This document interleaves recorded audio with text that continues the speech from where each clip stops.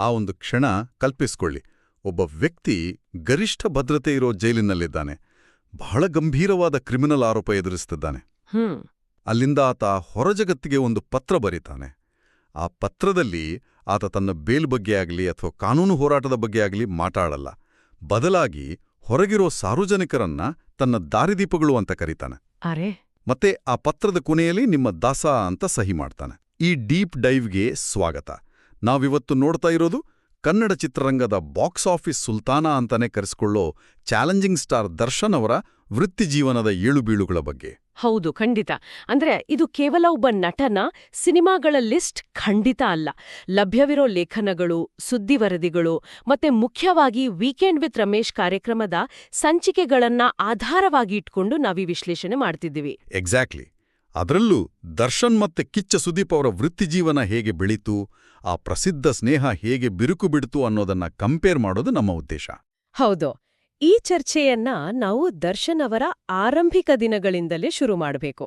ಈಗ ಬಹುತೇಕರ ಕಲ್ಪನೆಯಲ್ಲಿ ಹೇಗಿರುತ್ತೆ ಅಂದ್ರೆ, ಸ್ಟಾರ್ ನಟರ ಮಕ್ಕಳಿಗೆ ಚಿತ್ರರಂಗದ ಹಾದಿ ಬಹಳ ಸುಲಭವಾಗಿರುತ್ತೆ ಅಂತ. ಹೌದಲ್ವಾ? ಅಂದ್ರೆ ಸ್ಟಾರ್ ಕಿಡ್ ಅಂದ ತಕ್ಷಣ ಒಂದು ಪ್ರಿವಿಲೇಜ್ ಇರುತ್ತೆ ಅಂತಾನೆ ಎಲ್ಲರೂ ಅಂದುಕೊಳ್ಳೋದು. ಆದ್ರೆ ದರ್ಶನ್ ಅವರ ವಿಚಾರದಲ್ಲಿ ಅದು ಸಂಪೂರ್ಣ ವಿರೋಧವಾಗಿತ್ತು. ಅವರ ತಂದೆ ತೂಗುದೀಪ ಶ್ರೀನಿವಾಸ್ ಅವರು ಖ್ಯಾತ ಖಳನಟ ಆಗಿದ್ರು. ಆದ್ರೆ ತಮ್ಮ ಮಗ ಚಿತ್ರರಂಗಕ್ಕೆ ಬರುವುದು ಅವರಿಗೆ ಸ್ವಲ್ಪವೂ ಇಷ್ಟ ಇರಲಿಲ್ಲ. ಓಹೋ, ಹಾಗಾದ್ರೆ ತಂದೆಯ ಸಪೋರ್ಟ್ ಇರಲಿಲ್ವಾ? ಖಂಡಿತ ಇರಲಿಲ್ಲ. ಚಿತ್ರರಂಗದ ಅನಿಶ್ಚಿತತೆಗಳ ಬಗ್ಗೆ ಅವರಿಗೆ ಚೆನ್ನಾಗಿ ಗೊತ್ತಿತ್ತು. ನಾವೇ ನಟರಾಗಿ ಸಾಕಷ್ಟು ಕಷ್ಟಪಡ್ತಿದ್ದೇವೆ, ಮತ್ತೆ ಮಕ್ಕಳಿಗೆ ರಿಸ್ಕ್ ತಗೋಬೇಕು ಅನ್ನೋದು ಅವರ ನಿಲುವಾಗಿತ್ತು.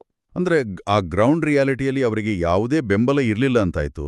ಮೆಕ್ಯಾನಿಕಲ್ ಡಿಪ್ಲೊಮಾ ಓದುವಾಗ ಅಲ್ಲಿ ಆಸಕ್ತಿ ಕಳ್ಕೊಂಡು ನೀನಾಸಂ ಸೇರಿದಾಗ ಕೇವಲ ತಾಯಿ ಮೀನಾ ಅವರ ಬೆಂಬಲ ಮಾತ್ರ ಇತ್ತು ಅಲ್ವಾ? ಅದೇ. ಆದ್ರೆ ನೀನಾಸಂನಲ್ಲಿದ್ದಾಗ್ಲೇ ಒಂದು ದೊಡ್ಡ ಆಘಾತ ಆಗತ್ತೆ. ಅವರ ತಂದೆ ತೀರ್ಕೊಂಡು ಸುದ್ದಿ ಬರುತ್ತೆ. ಈ ಕಟು ವಾಸ್ತವವನ್ನ ದರ್ಶನ್ ಅವರು ವೀಕೆಂಡ್ ವಿತ್ ರಮೇಶ್ ಕಾರ್ಯಕ್ರಮದಲ್ಲಿ ಬಹಳ ಭಾವುಕರಾಗಿ ಹಂಚಿಕೊಂಡಿದ್ದಾರೆ. ಹೌದು, ನನಗೂ ಆ ಎಪಿಸೋಡ್ ನೆನ್ಪಿದೆ. ಅಪ್ಪನ ಸಾವಿನ ಸುದ್ದಿ ಕೇಳಿದಾಗ ಊರಿಗೆ ಹೋಗಕ್ಕೆ ಕೂಡ ಅವರ ಕೈಯಲ್ಲಿ ಹಣ ಇರ್ಲಿಲ್ಲ. ನಿಜ. ಕೊನೆಗೆ ಮೆಸ್ ಮಾಲೀಕರ ಹತ್ರ ಕೇವಲ 500 ರೂಪಾಯಿ ಸಾಲ ಇಸ್ಕೊಂಡು ಊರಿಗೆ ಹೋದ್ರು. ಇದನ್ನ ಕೇಳಿದ್ರೆ ಯಾವ ಸಿನಿಮಾದ ಸ್ಕ್ರಿಪ್ಟ್ಗೂ ಕಮ್ಮಿ ಇಲ್ಲ ಅನ್ಸುತ್ತೆ. ಖಂಡಿತ.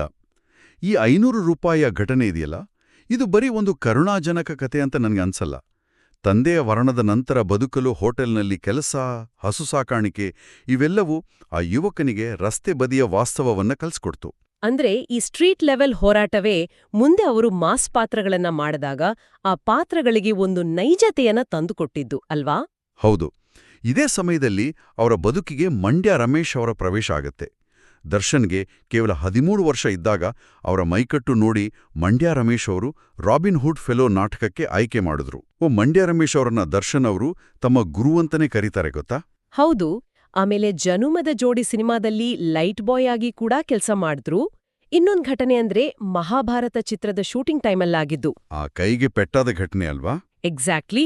ಲೈಟ್ ಬಾಯ್ ಆಗಿ ಕೆಲಸ ಮಾಡ್ತಿದ್ದಾಗ ಕೈಗೆ ಪೆಟ್ಟಾಗಿ ರಕ್ತ ಸುರಿತಾ ಇದ್ರೂ ಕೂಡ ಯಾರಿಗೂ ಹೇಳ್ದೆ ಕೆಲಸ ಮುಂದುವರಿಸಿದ್ರು. ಅದೇ ಟೈಮಲ್ಲಿ ಅವ್ರಿಗೆ ವಿಪರೀತ ಜ್ವರ ಕೂಡ ಇತ್ತು. ಆಗ ಮಂಡ್ಯ ರಮೇಶ್ ಅವರು 160 ರೂಪಾಯಿ ಕೊಟ್ಟು ಸಹಾಯ ಮಾಡಿದ್ರು ಅಂತ ಆ ಎಪಿಸೋಡ್ನಲ್ಲಿ ಹೇಳಿದ್ರು. 160 ರೂಪಾಯಿ. ಈಗ ನಾವು ಇದನ್ನು ಅನಾಲಜಿ ತರ ನೋಡಿದ್ರೆ ಸ್ಕ್ರೀನ್ ಮೇಲೆ ಅವ್ರು ಮಾಡೋ ಲಾರ್ಜರ್ ದನ್ ಲೈಫ್ ಪಾತ್ರಗಳಿಗೂ ಈ ರಿಯಲ್ ಲೈಫ್ ಕಷ್ಟಗಳಿಗೂ ಎಷ್ಟೊಂದು ವ್ಯತ್ಯಾಸ ಇದೆ ಅಲ್ವಾ? ನಿಜ. 100 ಜನರನ್ನ ಗಾಳಿಲ್ ಹಾರಿಸೋ ಹೀರೋ ನಿಜ ಜೀವನದಲ್ಲಿ ಜ್ವರ ಬಂದಾಗ 160 ರೂಪಾಯಿಗೆ ಪರದಾಡಿದ್ದ.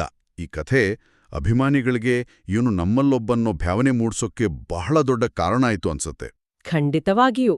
ಈ ಹೋರಾಟಗಳೇ ಅವರಿಗೆ 2001 ಮತ್ತು 2ನೇ ಇಸ್ವಿಯಲ್ಲಿ ಮೆಜೆಸ್ಟಿಕ್ ಚಿತ್ರದ ಮೂಲಕ ದೊಡ್ಡ ಬ್ರೇಕ್ ತಂದುಕೊಡ್ತು.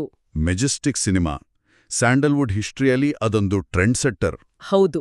ಅಲ್ಲಿಯವರೆಗೆ ಇದ್ದ ಸಾಫ್ಟ್ ರೊಮ್ಯಾನ್ಸ್ ಕಥೆಗಳ ಜಾಗದಲ್ಲಿ ಬೆಂಗಳೂರಿನ ಅಂಡರ್ ವರ್ಲ್ಡ್ ರಗಡ್ ಆಂಟಿ ಹೀರೋ ಪಾತ್ರಗಳಿಗೆ ಬೇಡಿಕೆ ಸೃಷ್ಟಿಯಾಯಿತು. ಆ ಚಿತ್ರದ ಅವಕಾಶ ಸಿಕ್ಕಿದ್ದರ ಬಗ್ಗೆಯೂ ದರ್ಶನ್ ಅವರು ಆ ಸಿನಿಮಾದ 20ನೇ ವಾರ್ಷಿಕೋತ್ಸವದಲ್ಲಿ ಒಂದು ಸ್ಪಷ್ಟನೆ ಕೊಟ್ಟಿದ್ರು ಅಲ್ವಾ? ಅಣಜಿ ನಾಗರಾಜ್ ಅವರ ಕಾಲ್ ಬಂದಾಗ. ಹೌದು. ಟಿವಿ ಧಾರಾವಾಹಿಯ ಬ್ರೇಕ್ನಲ್ಲಿ ಹೋಗಿ ನಿರ್ದೇಶಕ PN ಸತ್ಯ ಅವರನ್ನ ಭೇಟಿಯಾಗಿದ್ದು ಮತ್ತೆ ನಿರ್ಮಾಪಕ ರಾಮಮೂರ್ತಿ ಅವರು ಮೊದಲ ಬಾರಿಗೆ ಇವರನ್ನ ನಾಯಕನಾಗಿ ಆಯ್ಕೆ ಮಾಡಿದ್ದು. ವೇದಿಕೆ ಮೇಲೆ ದರ್ಶನ್ ಅವರು ಹೇಳಿದ ಒಂದು ಮಾತು ನನಗೆ ಬಹಳ ಇಷ್ಟ ಆಯ್ತು. ರಸ್ತೆಯಲ್ಲಿ ಊಟ ಮಾಡುತ್ತಿದ್ದ ನನಗೆ ರಾಮಮೂರ್ತಿಯವರು ತಟ್ಟೆ ಕೊಟ್ರು ಅಂತ. ಇದು ಅವರ ಕೃತಜ್ಞತೆಯನ್ನ ತೋರಿಸುತ್ತೆ. ನಿರ್ದೇಶಕ PN ಸತ್ಯ ಅವರು ಕೋಳಿ ಕೊಯ್ದು ದೃಷ್ಟಿ ತೆಗೆದು ಅಖಾಡಕ್ಕಿಳಿಸಿದ ಕಥೆಯದು.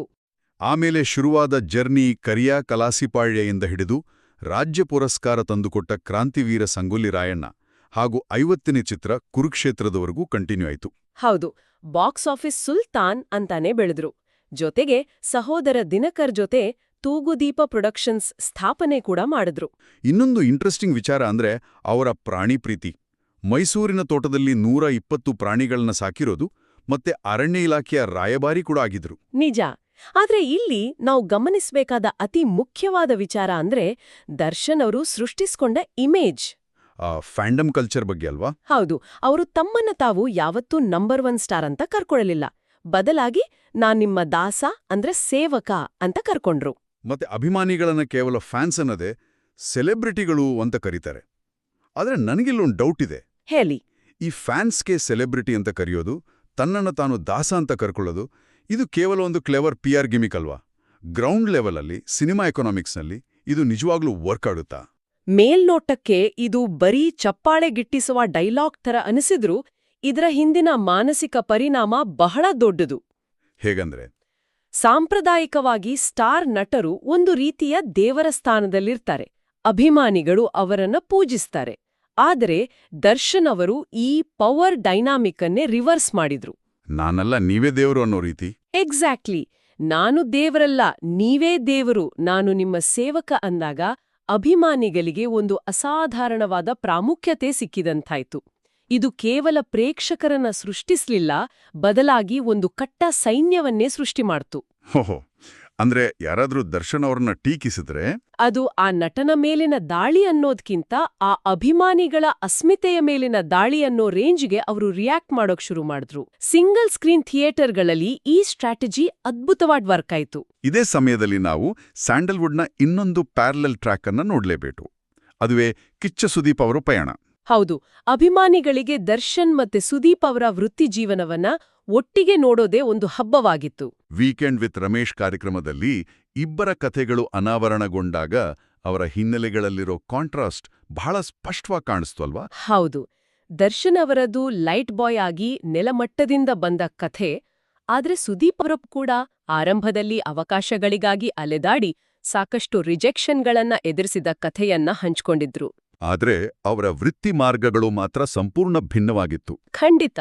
ದರ್ಶನ್ ಅವರು ಪಕ್ಕಾ ಮಾಸ್ ಅಪೀಲ್, ಆಕ್ಷನ್ ಮತ್ತೆ ಫ್ಯಾಮಿಲಿ ಡ್ರಾಮಾಗಳ ಮೂಲಕ ಸಿಂಗಲ್ ಸ್ಕ್ರೀನ್ ಆಡಿಯನ್ಸ್ ಅನ್ನ ಹಿಡಿದಿಟ್ಕೊಂಡ್ರು. ರೈಟ್. ಆದ್ರೆ ಸುದೀಪ್ ಅವರು ಪ್ರಯೋಗಾತ್ಮಕ ಪಾತ್ರಗಳು, ನಿರ್ದೇಶನ ಮಾಡ್ತಾ ಮಲ್ಟಿಪ್ಲೆಕ್ಸ್ ಆಡಿಯನ್ಸ್ ಅನ್ನ ಟಾರ್ಗೆಟ್ ಮಾಡಿದ್ರು. ಅಷ್ಟೇ ಅಲ್ಲ, ಸುದೀಪ್ ಅವರು ತೆಲುಗು, ಹಿಂದಿ, ತಮಿಳು ಚಿತ್ರರಂಗಗಳಲ್ಲೂ ನಟಿಸಿ ಪ್ಯಾನ್ ಇಂಡಿಯಾ ಲೆವೆಲ್ನಲ್ಲಿ ಗುರುತಿಸ್ಕೊಂಡ್ರು. ಒಬ್ಬರು ಸ್ಯಾಂಡಲ್ವುಡ್ನ ತಳಹದಿಯನ್ನ ಗಟ್ಟಿ ಮಾಡಿದ್ರೆ ಇನ್ನೊಬ್ರು ಬೇರೆ ಇಂಡಸ್ಟ್ರಿಗಳಿಗೆ ಬಾಗಿಲ್ ತೆರೆದಿಟ್ಟು ಅಂತ ಹೇಳಬಹುದು. ಅದೇ, ಇಬ್ಬರ ಗುರಿಗಳು ಬೇರೆಯಾಗಿದ್ರೂ ಅವರ ನಡುವಿನ ಆ ಆಪ್ತ ಸ್ನೇಹ ಸ್ಯಾಂಡಲ್ವುಡ್ಗೆ ಒಂದು ಬಲವಾದ ಸ್ಟೆಬಿಲೈಸರ್ ಆಗಿತ್ತು. ಖಂಡಿತ. ಇಬ್ರೂ ಪರಸ್ಪರರ ಚಿತ್ರಗಳಿಗೆ ಸಪೋರ್ಟ್ ಮಾಡೋದು, ಆಡಿಯೋ ಲಾಂಚ್ಗಳಲ್ಲಿ ಒಟ್ಟಿಗೆ ಕಾಣಿಸ್ಕೊಳ್ಳೋದು, ಇದು ಕೇವಲ ವೈಯಕ್ತಿಕ ವಿಚಾರ ಆಗಿರಲಿಲ್ಲ. ಹೌದು, ಅದು ಚಿತ್ರರಂಗದ ಎಕನಾಮಿಕ್ಸ್ ಮೇಲೂ ಬಹಳ ಪಾಸಿಟಿವ್ ಪ್ರಭಾವ ಬೀರ್ತಾ ಇತ್ತು. ಬಾಕ್ಸ್ ಆಫೀಸ್ ಕ್ಲಾಶ್ಗಳು ಕೂಡ ಆರೋಗ್ಯಕರವಾಗಿತ್ತು.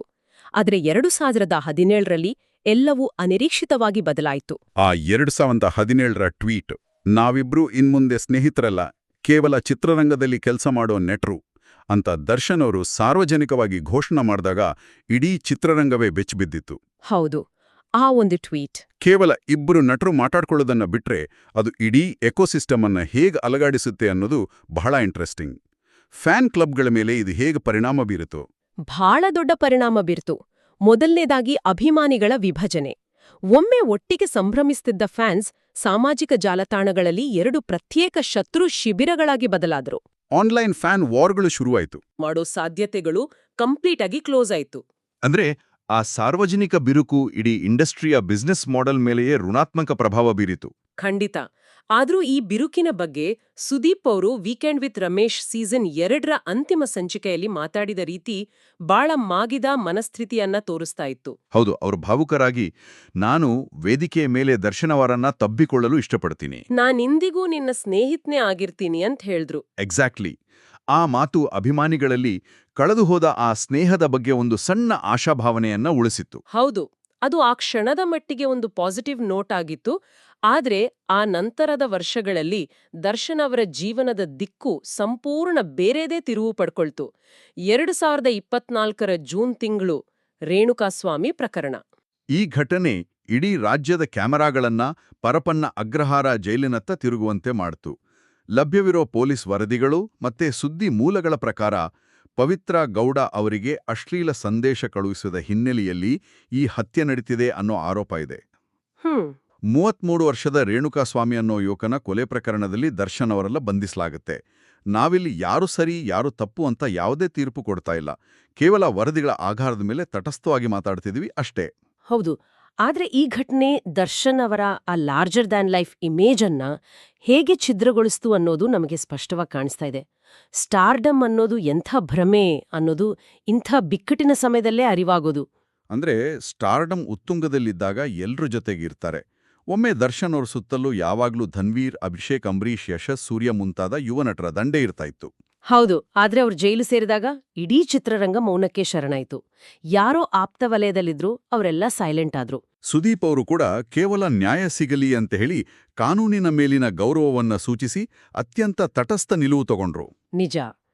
ಆ ಆಪ್ತ ವಲಯದ ಮೌನ ಮತ್ತು ಜೈಲಿನ ಗೋಡೆಗಳ ನಡುವಿನ ಒಂಟಿತನ ಇದೆಯಲ್ಲ, ಇದು ಸ್ಟಾರ್ಡಮ್ನ ಕರಾಳ ಮುಖವನ್ನ ಅನಾವರಣಗೊಳಿಸುತ್ತೆ.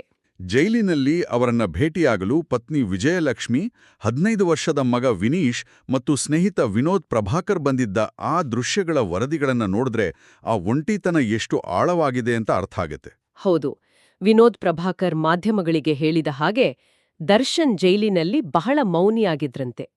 ಇಬ್ರೂ ಕೇವಲ 1 ಸೆಕೆಂಡ್ ಮಾತ್ರ ಮಾತಾಡಿದ್ದು. ದರ್ಶನ್ ಟೈಗರ್ ಅಂದ್ರೆ ವಿನೋದ್ ಬಾಸ್ ಅಂತ ಹೇಳಿ ಕೈಕುಲ್ಕಿ ಬಂದ್ರು. ಇದೇ ಸಂಕಷ್ಟದ ಸಮಯದಲ್ಲಿ ಸಾಮಾಜಿಕ ಜಾಲತಾಣಗಳಲ್ಲಿ ವದಂತಿಗಳಿಗೇನು ಕೊರತೆ ಇರಲಿಲ್ಲ ಅಲ್ವಾ? ಹೌದು, ಕುಟುಂಬದ ಬಗ್ಗೆ ಸಾಕಷ್ಟು ವದಂತಿಗಳು ಹಬ್ಬಿತ್ತು. ಅಂದ್ರೆ ತಾಯಿ ಮತ್ತು ಸಹೋದರ ದಿನ್ಕರ್ ಅವರನ್ನ ದರ್ಶನ್ ಕಡೆಗಣಿಸಿದ್ದಾರೆ, ದಿನ್ಕರ್ ಬಾಡಿಗೆ ಮನೆಯಲ್ಲಿದ್ದಾರೆ ಅಂತೆಲ್ಲ ಕಥೆಗಳು ಹರಿದಾಡಿದ್ವು. ಆದ್ರೆ ಇದಕ್ಕೆ ನಿರ್ದೇಶಕ ಎಚ್ ವಾಸು ಅವರು ಸ್ಪಷ್ಟನೆ ನೀಡಿದ್ರು ಅಲ್ವಾ? ಹೌದು, ಅವರು ಸ್ಪಷ್ಟನೆ ನೀಡಿ ದಿನಕರ್ ಅವರು ಆರ್ಥಿಕವಾಗಿ ಸುಸ್ಥಿತಿಯಲ್ಲಿದ್ದಾರೆ ಮತ್ತೆ ಸ್ವಂತ ಮನೆಯಲ್ಲೇ ಇದ್ದಾರೆ ಅಂತ ತಿಳಿಸಿದರು. ಅಷ್ಟೇ ಅಲ್ಲ, ಅವರಿಬ್ಬರು ಬುಲ್ಬುಲ್ ಮತ್ತೆ ಜೊತೆಯಲ್ಲಿ ಸಿನಿಮಾಗಳಲ್ಲಿ ಒಟ್ಟಿಗೆ ಕೆಲಸ ಮಾಡಿದ್ದಾರೆ. ಮತ್ತೆ 2026ರಲ್ಲಿ ಸಹೋದರನನ್ನೇ ನಿರ್ದೇಶನ ಮಾಡೋ ಯೋಜನೆಯನ್ನ ಕೂಡ ದಿನಕರ್ ಹೊಂದಿದ್ದಾರೆ ಅಂತ ಹೇಳಿದ್ರು. ಖಂಡಿತ. ಆದರೆ ಇದೆಲ್ಲದರ ಮಧ್ಯ ನಾವು ಆರಂಭದಲ್ಲಿ ಮಾತಾಡಿದ ಆ ಪತ್ರದ ವಿಚಾರಕ್ಕೆ ಮತ್ತೆ ಬರೋಣ. ಫೆಬ್ರವರಿ 2025ರಲ್ಲಿ ಜೈಲಿನಿಂದಲೇ ಅಭಿಮಾನಿಗಳಿಗೆ ಬರೆದ ಆ ಪತ್ರ. ಹೌದು. ನನ್ನ ಪಾಲಿನ ದಾರಿದೀಪ ನೀವು, ನಾನು ನಿಮ್ಮ ದಾಸ ಅಂತ ಬರೆದ ಆ ಸಾಲುಗಳು ಎಲ್ಲರೂ ಕೈಬಿಟ್ರು ಎನಿಸುವ ಹೊತ್ತಲ್ಲಿ ದರ್ಶನ್ ಅವರು ಆಶ್ರಯಿಸುತ್ತಿರೋದು ತಾವು ಕಟ್ಟಿಕೊಂಡ ಅದೇ ದಾಸ ಇಮೇಜನ್ನ. ನಿಜ. ಇದು ಒಂದು ರೀತಿಯಲ್ಲಿ ಹೊರಗಿನ ಪ್ರಪಂಚ ಕುಸಿದು ಬೀಳುತ್ತಿರುವಾಗ ತಾನು ನಿರ್ಮಿಸಿಕೊಂಡ ಭ್ರಮಾಲೋಕದೊಳಗೆ ಸೇಫ್ ಆಗಿರಲು ಹುಡುಕುವ ಆಸರೆಯೇ ಅನ್ನೋ ಪ್ರಶ್ನೆ ಬರುತ್ತೆ. ಇದು ಅವರ ಸರ್ವೈವಲ್ ಮೆಕ್ಯಾನಿಸಮ್ ಅಂತ ಹೇಳ್ಬೋದಾ? ನಿಖರವಾಗಿ ಹೇಳ್ಬೇಕೆಂದ್ರೆ ಹೌದು. ಒಬ್ಬ ನಟನಿಗೆ ತನ್ನ ಕಲೆಗಿಂತಲೂ ಹೆಚ್ಚಾಗಿ ತನ್ನ ಅಭಿಮಾನಿ ಬಳಗವೇ ತನ್ನ ಅಸ್ತಿತ್ವದ ಮೂಲ ಎನಿಸಿದಾಗ ಆತ ಎಂಥ ಕಷ್ಟದಲ್ಲಿದ್ರೂ ಆ ಕನೆಕ್ಷನ್ ಅನ್ನ ಕಡಿದುಕೊಳ್ಳೋಕೆ ಸಿದ್ಧನಿರೋದಿಲ್ಲ. ಈ ಇಡೀ ಕಥೆಯನ್ನ ನಾವು ಒಟ್ಟಾರೆಯಾಗಿ ನೋಡಿದ್ರೆ ಇದು ಕೇವಲ ಒಬ್ಬ ವ್ಯಕ್ತಿಯ ಏಳುಬೀಳುಗಳ ಕಥೆಯಲ್ಲ. ತಂದೆಯ ಸಾವಿನ ಸಮಯದಲ್ಲಿ 500 ರೂಪಾಯಿ ಸಾಲ ಕೇಳಿದ ಹುಡುಗ ಮೆಜೆಸ್ಟಿಕ್ ಮೂಲಕ ಬ್ರೇಕ್ ಪಡೆದು ಸ್ಯಾಂಡಲ್ವುಡ್ನ ಬಾಕ್ಸ್ ಆಫೀಸ್ ಸುಲ್ತಾನನಾಗಿ ಬೆಳೆದ ಕಥೆ. ಹೌದು, ಮತ್ತೆ ಸುದೀಪ್ ಅವರ ಜೊತೆಗಿನ ಸ್ನೇಹ ಕಳೆದುಕೊಂಡದ್ದು. ಮತ್ತು ಇಂದು ಅದೇ ಸಾರ್ವಜನಿಕ ಬದುಕಿನಲ್ಲಿ ಅತ್ಯಂತ ಕಠಿಣವಾದ ಕಾನೂನು ಹೋರಾಟವನ್ನು ಎದುರಿಸುತ್ತಿರುವ ಸಂಪೂರ್ಣ ಚಿತ್ರಣ ಇದು. ಸ್ಟಾರ್ಡಮ್ ಅನ್ನೋದು ಕೇವಲ ತೆರೆ ಮೇಲಿನ ಯಶಸ್ಸಲ್ಲ, ಅದು ಅಭಿಮಾನಿಗಳ ಪ್ರೀತಿಯಿಂದ ನಿರ್ಮಾಣ ಆಗೋ, ಆದ್ರೆ ವೈಯಕ್ತಿಕ ಆಯ್ಕೆಗಳಿಂದ ಒಡೆದು ಹೋಗುವ ಅತ್ಯಂತ ಸೂಕ್ಷ್ಮವಾದ ಗಾಜಿನ ಮನೆ ಇದ್ದಂತೆ. ಅದ್ಭುತವಾದ ಮಾತು. ಈ ಕಥೆ ನಮ್ಮ ಮುಂದೆ ಒಂದು ಬಹಳ ದೊಡ್ಡ ಪ್ರಶ್ನೆಯನ್ನ ಬಿಟ್ಟೋಗುತ್ತೆ. ನಾವು ಆರಾಧಿಸುವ ಈ ಸ್ಟಾರ್ಗಳು ತೆರೆ ಮೇಲೆ ದೇವರಂತೆ ಕಾಣಬಹುದು. ಅವರು ತಮ್ಮಲ್ಲ ತಾವು ನಮ್ಮ ದಾಸ ಅಂತ ಕರೆದುಕೊಂಡು ನಮ್ಗೆ ಸೆಲೆಬ್ರಿಟಿ ಅನ್ನೋ ಕಿರೀಟ ತೊಡಿಸ್ಬೋದು. ಖಂಡಿತ. ಆದರೆ ತೆರೆಯ ಹಿಂದಿನ ಅವರ ನಿಜ ಜೀವನದ ಆಯ್ಕೆಗಳು ಆ ಇಮೇಜನ್ನ ಛಿದ್ರಗೊಳಿಸಿದಾಗ ಏನಾಗುತ್ತೆ? ಅಭಿಮಾನಿಗಳ ದೃಷ್ಟಿಯಲ್ಲಿ ಕಲೆ ಮತ್ತು ಕಲಾವಿದನನ್ನ ಶಾಶ್ವತವಾಗಿ ಪ್ರತ್ಯೇಕವಾಗಿ ನೋಡಲು ಸಾಧ್ಯವೇ? ಅಥವಾ ಈ ನೈತಿಕತೆಯ ಪ್ರಶ್ನೆ ಆ ಸ್ಟಾರ್ಡಮ್ ಅನ್ನೋ ಮಿನುಗುವ ಕಿರೀಟವನ್ನ ಶಾಶ್ವತವಾಗಿ ಕಳಂಕಗೊಳಿಸುತ್ತದೆಯೇ? ಇದರ ಬಗ್ಗೆ ಒಮ್ಮೆ ಆಳವಾಗಿ ಯೋಚನೆ ಮಾಡಿ.